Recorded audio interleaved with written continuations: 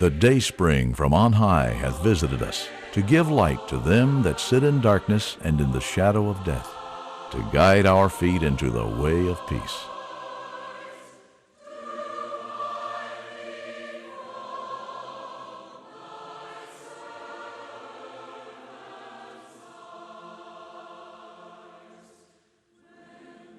Dayspring is an effort to be in touch with good people who love God and who believe that the Bible is His Word.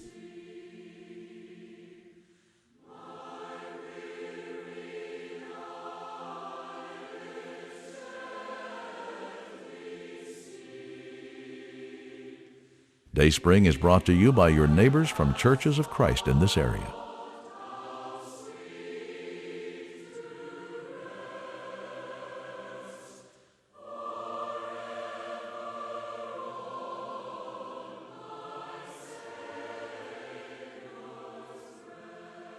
And now, visit with us as we draw near to God. It is a genuine pleasure to be with you today. We're so thankful you have come our way and we can visit together and discuss God's Word. The Bible is the greatest book in all of the world, and it's ours. God has seen to it that we have a copy and that we can read it and think about it and understand it and live by it. Today I'm going back into the Old Testament. I invite you to come with me.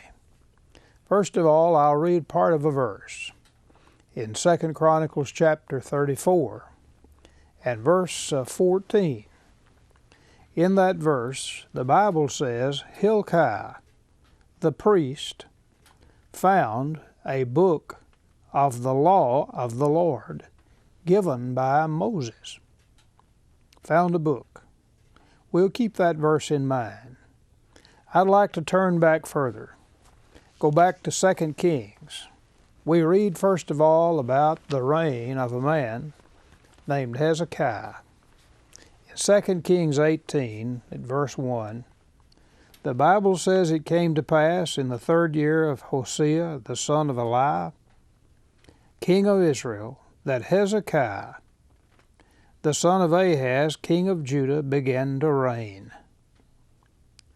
25 years old was he when he began to reign, and he reigned 29 years in Jerusalem. Verse 3 says, And he did that which was right in the sight of the Lord, according to all that David his father did. There was a good king. He served God faithfully. Hezekiah was known for a number of things, but most of all, he was a faithful servant of God. He reigned for 29 years on the throne of Judah, there in Jerusalem. By and by, Hezekiah died. And when Hezekiah died, his son came to the throne, and his son's name was Manasseh. So, in 2 Kings 20, at verse 21, the Bible says, Hezekiah slept with his fathers, and Manasseh his son reigned in his stead. Manasseh was 12 years old when he began to reign. He reigned 55 years in Jerusalem. A long time. He was on the throne of Judah for 55 years. Verse 7 of that text says, He set a graven image of the grove that he had made in the house, of which the Lord said to David and to Solomon his son, In this house and in Jerusalem, which I have chosen out of all the tribes of Israel, will I put my name forever. This king put an idol there in God's house. Verse 9 says, They hearkened not, and Manasseh seduced them to do more evil than did the nations whom the Lord destroyed before the children of Israel.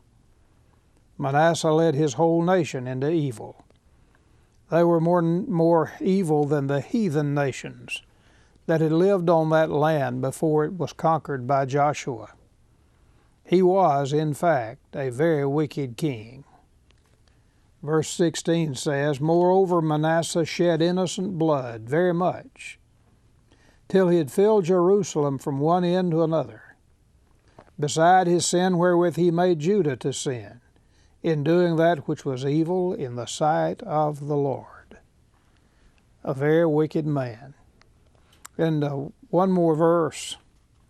Verse 18 says, Manasseh slept with his fathers, and was buried in the garden of his own house, in the garden of Uzzah, and Ammon his son reigned in his stead. Hezekiah, a good king, 29 years. Manasseh, an evil king, an idolater, 55 years. And now comes this man Ammon to the throne. The Bible says about Ammon, he was 22 years old when he began to reign, and he reigned 2 years in Jerusalem. And he did that which was evil in the sight of the Lord, as his father Manasseh did. There was no change. It was a continuation of what had been going on all the time. He forsook the Lord God of his fathers, and walked not in the way of the Lord. And the servants of Ammon conspired against him, and slew the king in his own house. His own servants took his life. He walked in the ways of his father. 2 more years. There's 55 years from Manasseh, and 2 more years from Ammon his son. 57 years when Judah had a king who did not worship God, but who instead became involved in idolatry, and who stooped to every form of evil. Not only so, but these kings led their people in that direction. Now I come to another king whose name was Josiah. Josiah is the king that is of special interest to us. Josiah came out of all of this wickedness and evil. And in II Chronicles chapter 34, the Bible says at verse 1, Josiah was 8 years old when he began to reign, and he reigned in Jerusalem 31 years. He did that which was right in the sight of the Lord, and walked in the ways of David his father, and declined neither to the right hand nor to the left. That's the kind of king he was.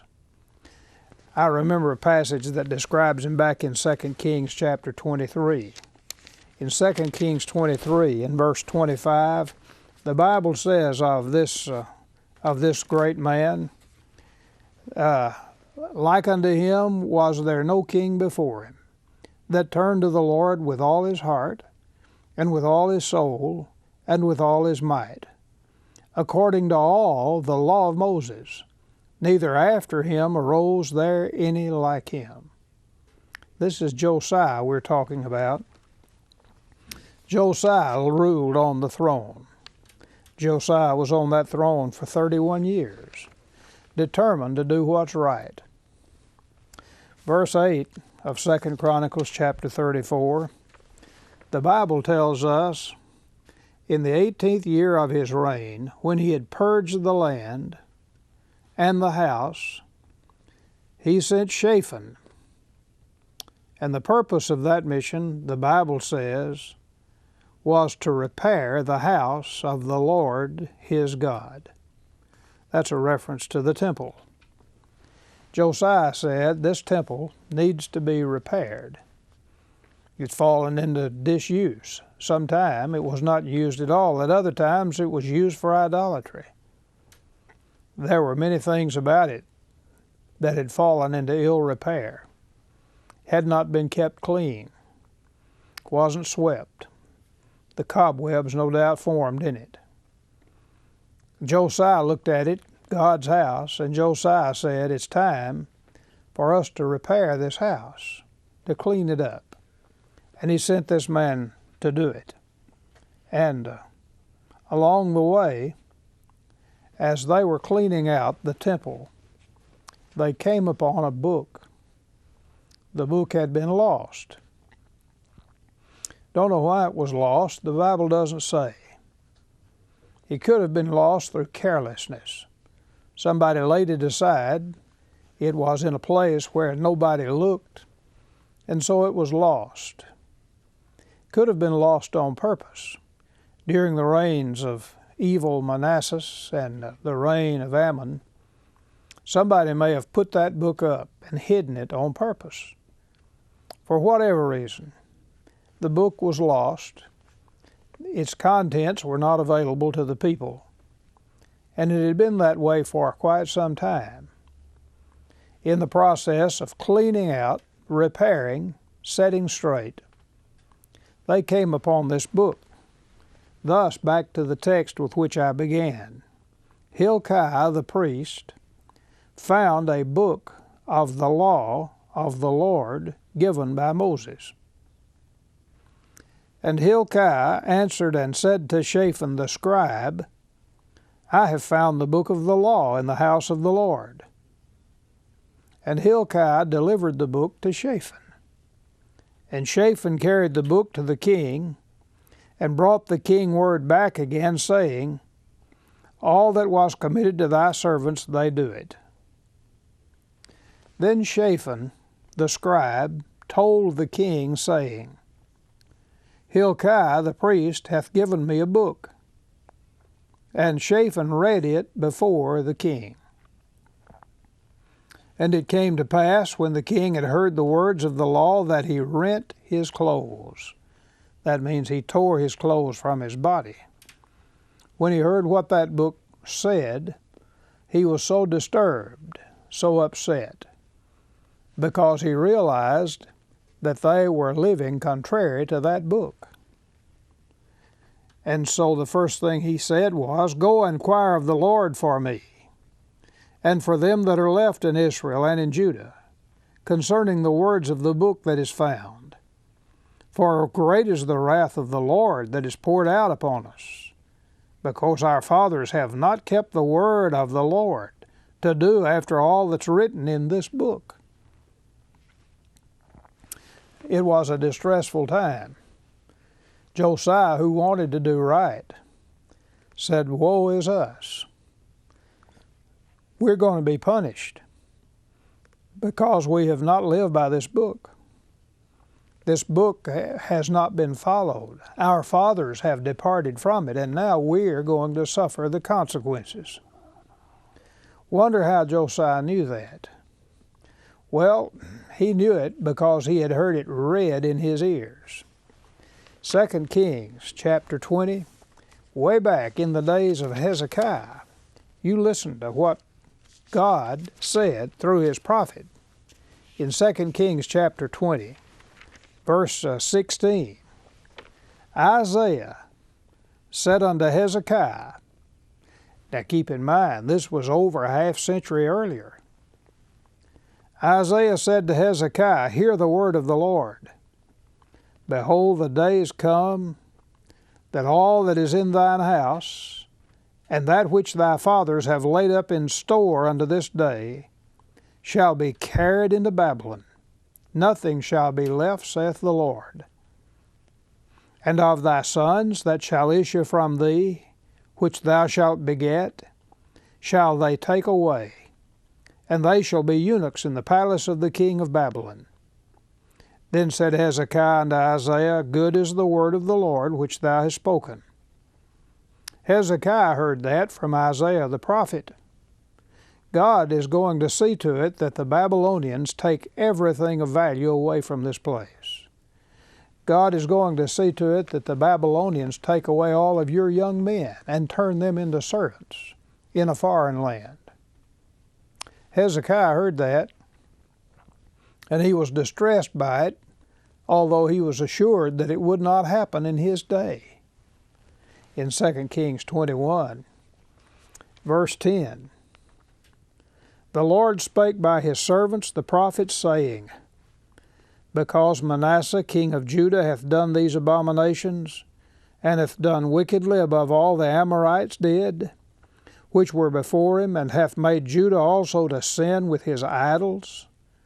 Therefore thus saith the Lord God of Israel, Behold, I am bringing such evil upon Jerusalem and Judah, that whosoever heareth of it, both his ears shall tingle.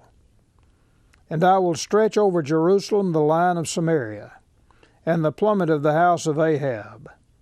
And I will wipe Jerusalem as a man wipeth a dish, wiping it and turning it upside down. And I will forsake the remnant of mine inheritance, and deliver them into the hand of their enemies. And they shall become a prey and a spoil to all their enemies, because they have done that which was evil in my sight, and have provoked me to anger, since the day of their fathers came forth out of Egypt, even unto this day. Terrible things are going to happen. The prophet said that to Hezekiah. Keep in mind, that's at least a half a century before Josiah ever came to the throne. Now there's discovered this book in the temple, and it is read in the ears of the king, who is now Josiah. Josiah had never heard those warnings from God. He'd never heard those pronouncements. All of your belongings are going to be taken away. All of your young men are going to be turned into servants and carried away to a foreign land. This land is going to be turned upside down. Great evil is going to come on it. God said that. Josiah is hearing it for the first time. It was written in that book, which was lost. When Josiah heard those words, he was greatly distressed. And the first thing he said was, I want you to go and check on this. And they did. And so in II Chronicles chapter 34 at verse 21, go inquire of the Lord for me, and for them that are left in Israel and in Judah, concerning the words of the book that is found. For great is the wrath of the Lord that is poured out upon us, because our fathers have not kept the word of the Lord to do all that is written in this book. And there it is. And they went in search of a woman who was a prophetess. Her name was Huldah. And here's what she said to them. Thus saith the Lord God of Israel, tell ye the man that sent you to me.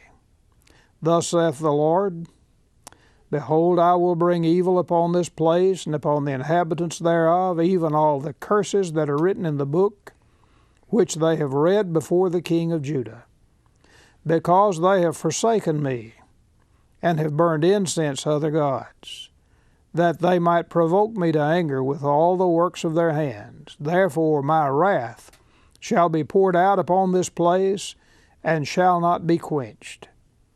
And as for the king of Judah, who sent you to inquire of the Lord, so shall ye say unto him, thus saith the Lord God of Israel concerning the words which thou hast read, because thine heart was tender, and thou didst humble thyself before God, when thou heardest his word against this place, and against the inhabitants thereof, and humbledst thyself before me, and didst not rend thy clothes, and weep before me.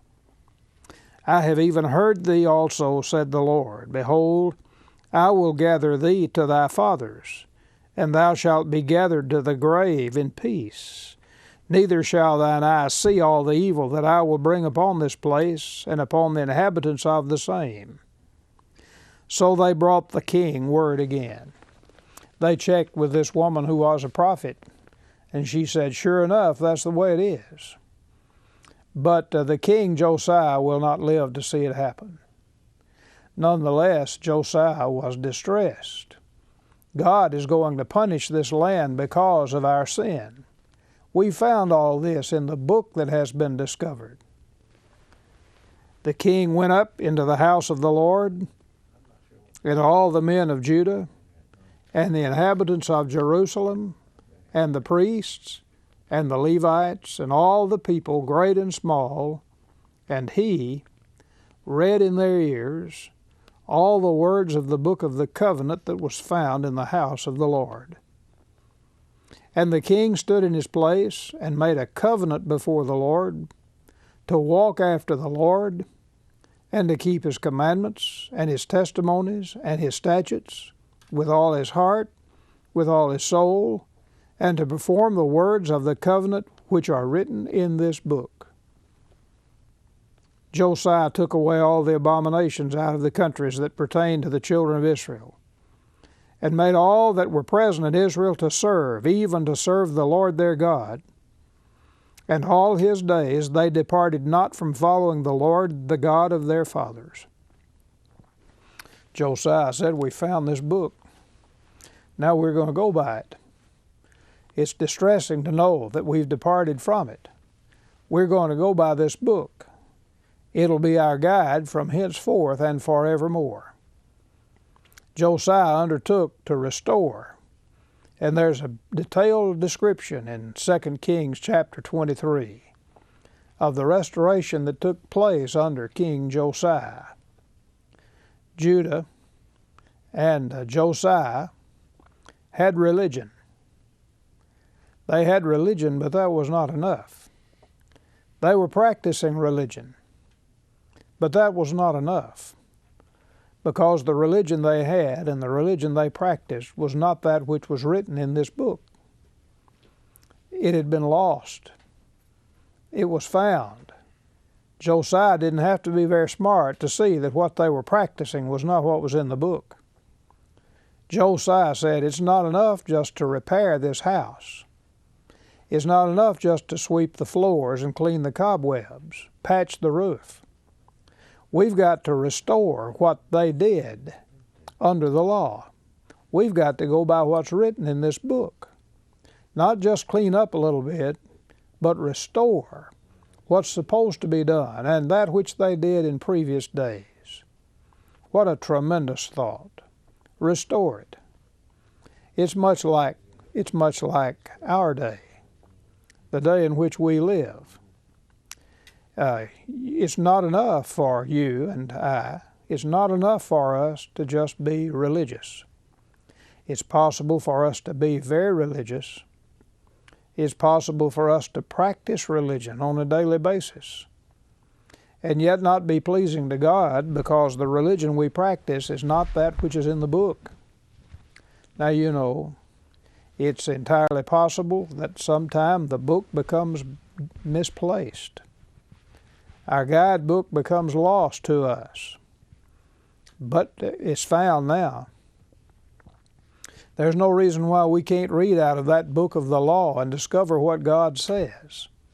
And when we do, we shall become distressed like Josiah was, to learn that a lot of what we practice in religion is not according to the book. The law book, the guide, the Bible, contains a pattern for us to follow. It contains the information we need to practice pure and undefiled religion, much unlike what is presently being practiced. Not enough just to be religious. As in the days of Josiah, so it is now.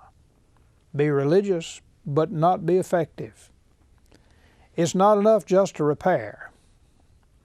Every now and then people will be motivated to try to clean things up.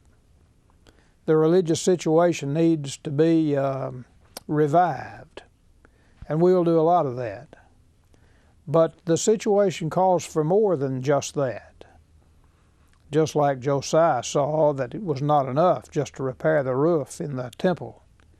It was not enough just to sweep the floors. So today we need to realize, since we have the book, since we have the guide, since we have the pattern, it's not enough just to have a revival. It's not enough just to reform.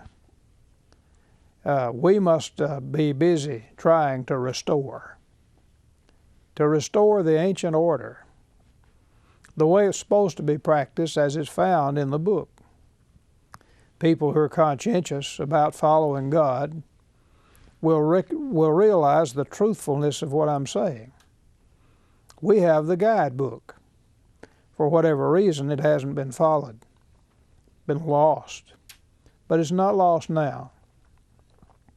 Anybody can open its pages and read there, and upon having read, we shall understand first of all that a great part of what's practiced in the name of religion is not found in the book, that we have not been going by the pattern. Instead of just repairing and reforming and reviving, there needs to be a restoration of that ancient order. As in Josiah's day, so in our day. Insist on a thus saith the Lord for what we believe and practice. Is that too much to ask? Dare we be secure in anything else than that? I want what I practice, what I believe religiously, to be based on the guidebook, to be based on the instructions. And if it can't be based there, we're in bad shape.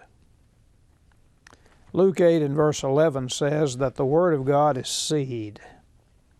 That seed planted, that seed will produce. It'll produce exactly what's in the seed. When only the Word of God is planted, Christianity will result from it. Nothing more than that and nothing less than that. Pure Christianity. If we get something other than just pure Christianity, it's because we planted some other kind of seed. If we only plant the Word of God, that's all. If we only go by that book, the result we're going to get is pure Christianity, the ancient order, just like it was practiced back in the days of the apostles, so now. To restore the book, to restore what's taught in the book, that's a possibility for us because we have the book. Everybody can secure without great difficulty a copy of the Bible. We can read it for ourselves. We can find out what it calls for, and we can make sure that we go by it. Well, there's a great thought about a book that was lost and found. We're grateful for your being with us today. It's always a pleasure. Thanks for being here. Until the next time, may the goodness of God be yours in full measure. You've been watching Dayspring. Dayspring is brought to you by your friends in local area churches of Christ. To request a free audio cassette of today's lesson, you may contact us at Dayspring, Post Office Box 453, Tupelo, Mississippi 38802-0453. There's no cost for this offer. You will not be asked for financial support. You may also phone your request toll-free at 1-866-842-4139. Our email address is gospel@thedayspring.info. Thank you for visiting with us on Dayspring. May your joy be full. May the peace of God rule in your hearts, and may the light of Christ brighten heaven's way.